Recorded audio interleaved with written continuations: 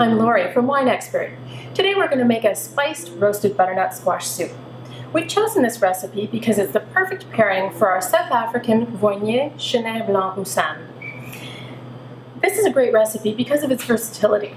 It's perfect for a weeknight supper served with a green salad and some fresh bread, or as a starter for a more elegant meal. So let's get started.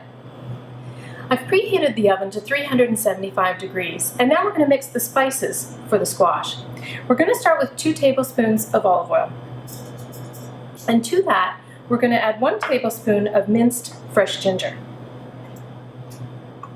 We've got 2 teaspoons each of ground coriander and cumin. Some freshly ground salt and pepper. And finally, a 1/4 teaspoon of cinnamon. And we're just going to mix that together so it's all nicely blended. Once we've made our spice paste, we're going to add to it 8 cups of peeled and cubed butternut squash. Now, as a time-saving idea, you can actually buy this pre-cut in the produce section. Just toss it until the cubes are nicely coated with the spice mixture. Now, once that's ready, we're going to pour squash onto a parchment-lined rimmed baking sheet. And from there, it will go into the oven where it will bake for 40 minutes.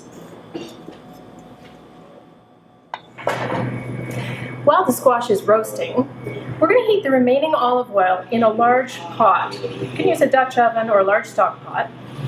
And to that, we're going to add 1 chopped onion, 2 cloves of minced garlic, and we're going to saute those until they're nice and golden. Our squash is ready. I'm just going to take it out of the oven.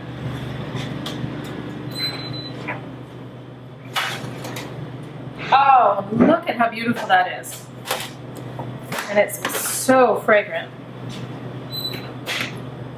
We're going to add the squash to our sauteed onion and garlic, and we're going to add to that 6 cups of low-sodium chicken stock.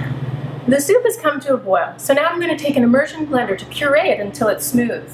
You can use a regular blender if you'd like to do it in small batches, but an immersion blender works well for this kind of soup.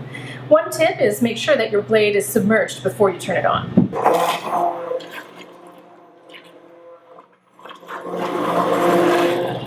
The pureed soup can be saved in the refrigerator for up to 3 days at this point, but we're going to continue and we're going to simmer it on low heat for 10 to 15 minutes. Our soup is almost ready. The very last thing we need to do is add 1 tablespoon of cider vinegar to the mixture before we serve it. This is going to be delicious. At this point, it's a good idea to taste the soup and adjust the seasonings as you prefer by either adding more vinegar or salt and pepper. And the very last thing we need to do is ladle the soup into bowls.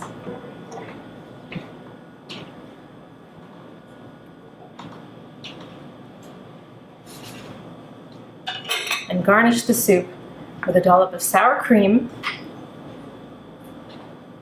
and some freshly ground pepper. Bon appetit! This wine is an excellent partner for richly flavored foods and creamy soups.